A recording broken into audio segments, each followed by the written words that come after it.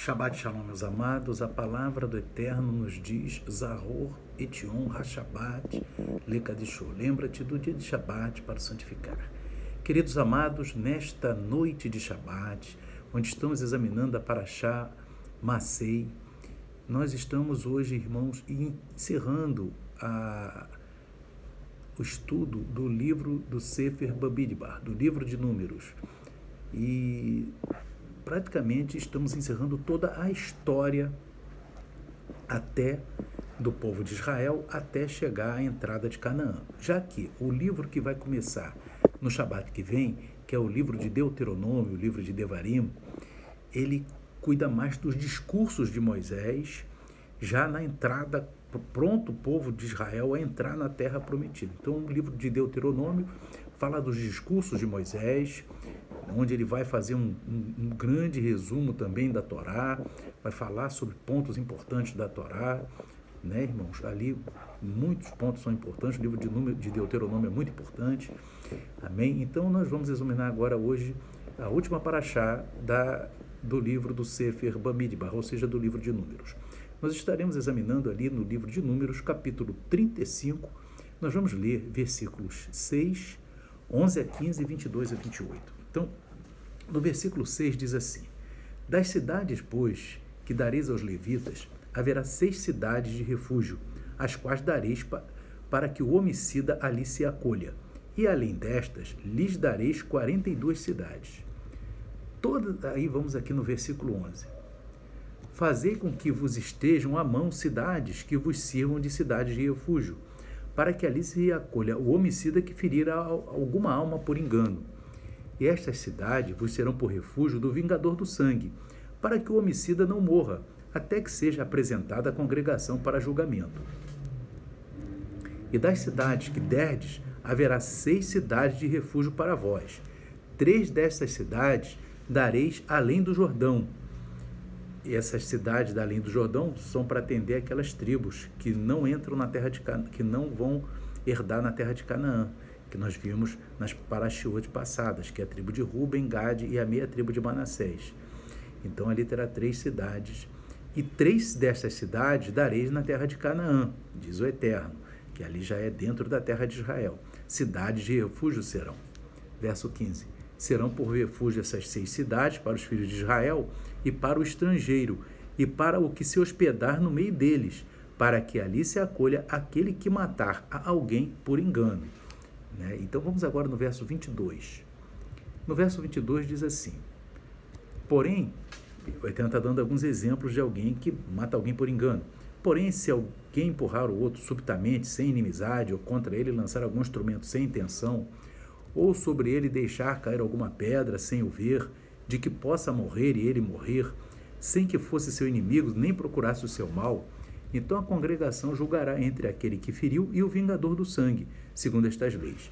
E a congregação livrará o homicida do vingador do sangue, e a congregação o fará voltar à cidade do seu refúgio, onde se tinha acolhido, e ali ficará até a morte do sumo sacerdote, a quem ungiram com óleo santo. Porém, se de alguma maneira o homicida sair dos limites da cidade de refúgio, onde se tinha acolhido, e o vingador do sangue o achar fora dos limites da cidade de seu refúgio e o matar, não será culpado do sangue, pois o homicida deverá ficar na cidade do seu refúgio até a morte do sumo sacerdote. Mas depois da morte do sumo sacerdote, o homicida voltará à terra da sua possessão. Então, queridos, nós vemos aqui esses textos que são importantes, que fala das 6 cidades de refúgio. O Eterno aqui está dando essas instruções importantes para o povo de Israel, já que o povo já está pronto para entrar na terra de Canaã. Então o Eterno ele vai falar aqui sobre essas 6 cidades de refúgio. Então, essas 6 cidades de refúgio, queridos, é para que o homicida que matou alguém sem intenção, é o chamado hoje, no direito penal de homicídio culposo, aquela pessoa possa ali de acordo com a regra aqui do artigo 35, do capítulo 35, aquela pessoa ali se refugiar até a morte do sumo sacerdote. É interessante, queridos, que o Eterno, ele, apesar da pessoa ter matado alguém, assassinado alguém sem querer, né? Porque a palavra assassinou alguém sem querer ou por engano, o Eterno vê na alma daquela pessoa ainda uma mancha. Então é isso que é interessante. A Torá chama aquela pessoa de Rotzer. Ou seja, a Torá chama mesmo alguém que matou outro por engano, ou seja, deixou um instrumento cair na cabeça dele sem querer, enfim, ali o Eterno, a Torá, ela vê que aquela pessoa cometeu um crime, né? A pessoa um caso também é chamado de Rotzer, ou seja, um homicida, um assassino. Mas como foi sem querer, o Eterno abre a possibilidade daquela pessoa correr logo para uma cidade de refúgio. Correr. É interessante que as cidades de refúgio eram sinalizadas para que essa pessoa que cometeu algum homicídio sem querer, ela venha poder chegar na cidade de refúgio e rapidamente para esperar o julgamento do povo, né, das pessoas, né, que são encarregadas disso, ali na cidade de refúgio. O vingador do sangue geralmente era um parente do morto que foi assassinado, né? Então, o parente, se esse parente pegasse o assassino fora da cidade de refúgio, o Eterno diz, e matá-lo, o Eterno diz aqui que aquele que matou, né, de acordo com a regra aqui do artigo 35, isso aqui, queridos, é a regra daquela época, que cada país tem sua constituição, né? Mas a gente vai ver que isso aqui tem um ensinamento espiritual para nós daqui a pouquinho, né? Isso aqui é só para nós entendermos como é que é a regra daquela época, amém? Então ali a pessoa mataria aquele que havia cometido o assassinato e não teria culpa nisso, porque ele estaria fora das cidades de refúgio. É interessante também falar, irmãos, que as cidades de refúgio não tinham muros, não tinham policiais, eram cidades que foram dadas, as 6 cidades de refúgio foram dadas aos levitas. Olha só, irmãos, a tribo mais elevada espiritualmente, a tribo que ficou do lado, que não concordou com o bezerro de ouro, a tribo de Levi. Por isso que da tribo de Levi saíram os sacerdotes, amém? Porque ali estava, o Eterno viu naquela tribo uma preocupação em fazer a vontade do Eterno. Então, o que acontece, queridos? Nós vemos ali que aquelas 6 cidades de refúgio foram dadas aos levitas, né? E o homicida que matou alguém por engano teria que ir para uma dessas cidades para ali ficar até a morte do sumo sacerdote, né, irmãos? Por exemplo, se o sumo sacerdote, se ele cometeu homicídio por engano, foi para uma cidade de refúgio e por um acaso o sumo sacerdote faleceu no dia seguinte, aquela pessoa estaria livre para voltar para sua casa, porque ele teria que ficar ali até a morte do sumo sacerdote. Agora, se o sumo sacerdote demorasse muito a morrer, no caso de Finéias, meus irmãos, que não morria, né? Durou muito, então aí a pessoa acabava morrendo ali na cidade de refúgio, né? Se cometesse um assassinato. O Finéias nós vimos que era um sumo sacerdote e durou muito, centenas de anos, né, queridos? Amém? E nós vemos aqui então, meus irmãos, que essa é a regra. Agora, uma coisa que a gente vê, essa é a regra da Torá.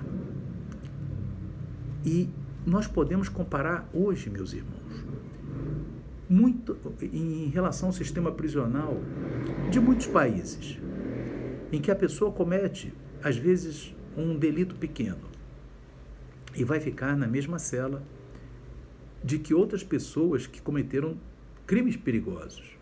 Então ali vai ser uma escola, a pessoa vai acabar aprendendo coisas erradas, né?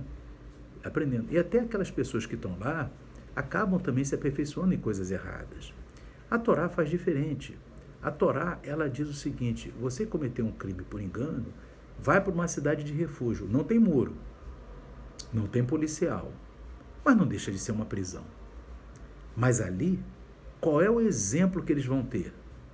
Os levitas, que era o povo que examinava a Torá todos os dias. Então, aquela pessoa que matou alguém por engano vai ter chance de se recuperar mentalmente, espiritualmente, tirar aquela mancha da alma.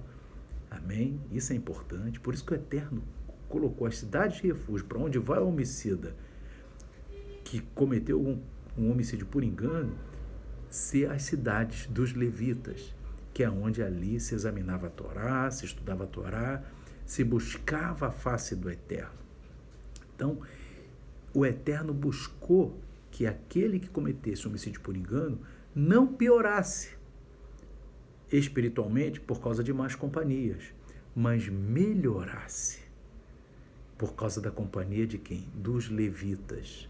Amém? No versículo 6 que nós lemos, as cidades de refúgio eram dos levitas. Então, um homem que cometeu um assassinato por engano, que foi para ali, ele vai estar na companhia daqueles homens que estudam Torá, explicam Torá, oram ao Eterno, louvam ao Eterno, fazem a vontade do Eterno, e ele vai ter uma recuperação melhor.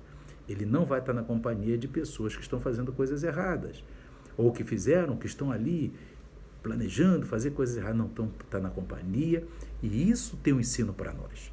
Qual é o ensino que a Parashá Masei dessa noite de Shabat dá para nós? Nos dá dois ensinos, queridos. O primeiro ensino é que devemos evitar, o Eterno se preocupa em que o seu povo seja afastado das más influências.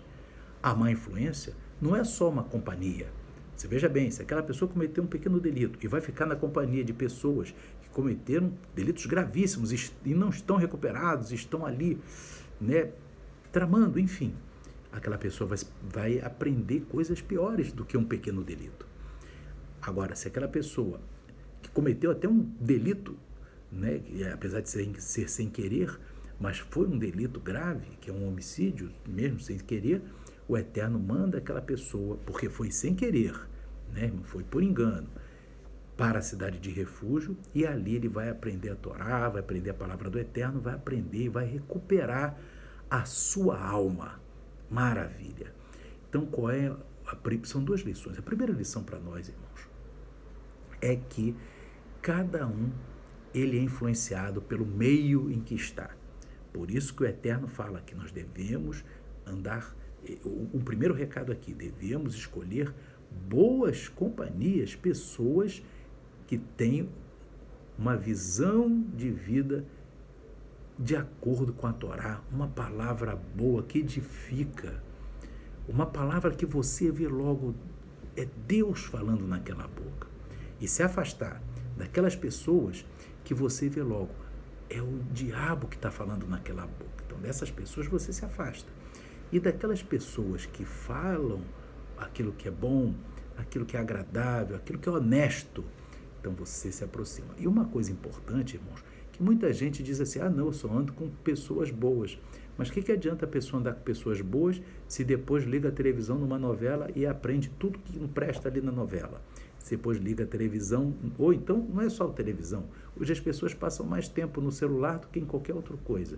A pessoa vai para o celular e assiste um filme mundano, ou até na televisão mesmo, um filme mundano. Está ali aprendendo coisas que desagradam a Deus, então não está obedecendo a Torá do Eterno. O Eterno, ele quer que as pessoas tenham companhias, não só seres humanos, mas também companhia. O que você está vendo? O que você está no seu computador? O que você está vendo no seu celular? Você está vendo o quê? A Parashá? Então você está vendo uma coisa muito boa, que te eleva diante de Deus. Com quem que você está andando? Com pessoas que são elevadas espiritualmente, ou com pessoas que estão fazendo coisas erradas? Então, o Eterno está ensinando para nós que é importante que as pessoas que nos cercam e aquilo que a gente vê, aquilo que a gente deixa entrar na nossa vida, sejam coisas aprovadas e honestas, consideradas honestas pelo Eterno. Amém? Isso é importantíssimo. Amém? Esse é a primeira lição desse texto das cidades de refúgio, porque a Parashá Masei não é só isso, mas é essa parte da cidade de refúgio. A segunda lição, irmãos, é que cada um pode fazer um mundo melhor a partir do seu procedimento. Se o seu procedimento for um procedimento de acordo com a Torá, uma pessoa educada, uma pessoa que sabe servir, que é a pessoa que sabe servir, a pessoa que sabe se dirigir com humildade, com sabedoria. Então isso vai contagiando as outras pessoas, e as outras pessoas vão vendo, vão sentindo a glória de Deus, a graça de Deus na sua vida. Isso é importantíssimo. Agora, quando a pessoa usa de falta de sabedoria, né, irmãos, de arrogância, aí a pessoa tem logo vendo, é uma alma que não está elevada diante do Eterno, não está elevada para o Eterno, é uma alma que está caída, né, irmãos? É uma alma que, mesmo com Bíblia, tem muita gente que está com a Bíblia, mas está com a alma caída, porque é uma pessoa arrogante, uma pessoa que não dá um shalom, não dá um bom dia, não dá uma boa tarde, não é uma pessoa educada. Então isso é importante, meus irmãos. Aí nós vamos agora contar rapidamente uma pequena história, amém? Para que você veja que cada um pode melhorar o mundo, né? Tinha um professor que estava dando aula para crianças e chegava na sala de aula, uma menina, né, mal vestida, com um vestido bem poído, né, sem tomar banho, né, muito sujinha. E aí destoava das outras crianças. E aquele professor falava assim: gente, que coisa, uma menina bonita, mas é uma menininha que ela não se veste bem, não toma banho, é mal cuidada. E um dia ele falou para uma outra senhora lá da escola, falou assim: vamos comprar um vestido para aquela menininha. E compraram um vestidinho azul, né, um vestidinho honesto, decente, né? E aquela senhora também da escola vestiu a menina, né? E ela ficou, né, ficou melhor aparentada, né? Mas ainda estava sujinha. Chegando em casa com aquele vestido azul, a sua mãe disse assim: gente, como é que pode você estar assim, tão suja, com esse vestido tão bonito? Aí a mãe foi, deu um banho na filhinha, cuidou dela, né? Penteou o cabelinho, ela ficou bonitinha, limpinha, com aquele vestido também bonitinho. Aí o pai chegou do trabalho, viu, olha que menina bonitinha, toda arrumadinha, nessa casa tão quebrada, tão jogada. Vamos dar um jeito. E ele foi semana por semana, fazendo uma obrinha naquela casa, cuidou do jardim, pintou por dentro, pintou por fora. E aí a casa ficou uma benção. A vizinhança olhou aquela casa e falou: essa rua, nossas casas estão tão feias, olha que casa bonita. Aí cada um da vizinhança cuidou do seu jardim, cuidou da casa, e aquela rua ficou com a casa toda bonita. Depois, passando ali um político, ele viu: gente, que casas tão bonitas, e essa rua aqui sem asfalto e sem tratamento de esgoto de água, sem saneamento básico. Ele foi, pediu, votou um projeto de lei, asfaltaram a rua, cuidaram da parte de saneamento básico. E então você vejam bem, meus amados, que por causa toda aquela rua, isso aqui é uma história, toda aquela rua foi abençoada, mas o início foi naquele homem lá, aquele professor que viu aquela menina com aquela situação diferenciada das suas colegas, e falando com a outra inspetora, eles foram comprar um vestido decente, honesto, azulzinho, deu para aquela menina, e aquilo modificou a vida daquela família e daquele bairro. Amém? Então, queridos, que isso também é a segunda lição da Torá. Amém? Desse estudo, porque o bem, se você usando, sendo uma pessoa bondosa, uma pessoa fiel ao Eterno, aquilo também vai contagiando as pessoas, e as pessoas também vão ser fiéis, vão ser bondosos e vão ser obedientes à palavra do Eterno. Por isso que é importante que cada um faça a sua parte para ter um mundo melhor. O mundo melhor, mas o mundo está julgado. Mas o mundo melhor é aquele que está em volta de você, é aquele que vai ver que você é uma pessoa fiel, obediente a Deus, uma pessoa educada, uma pessoa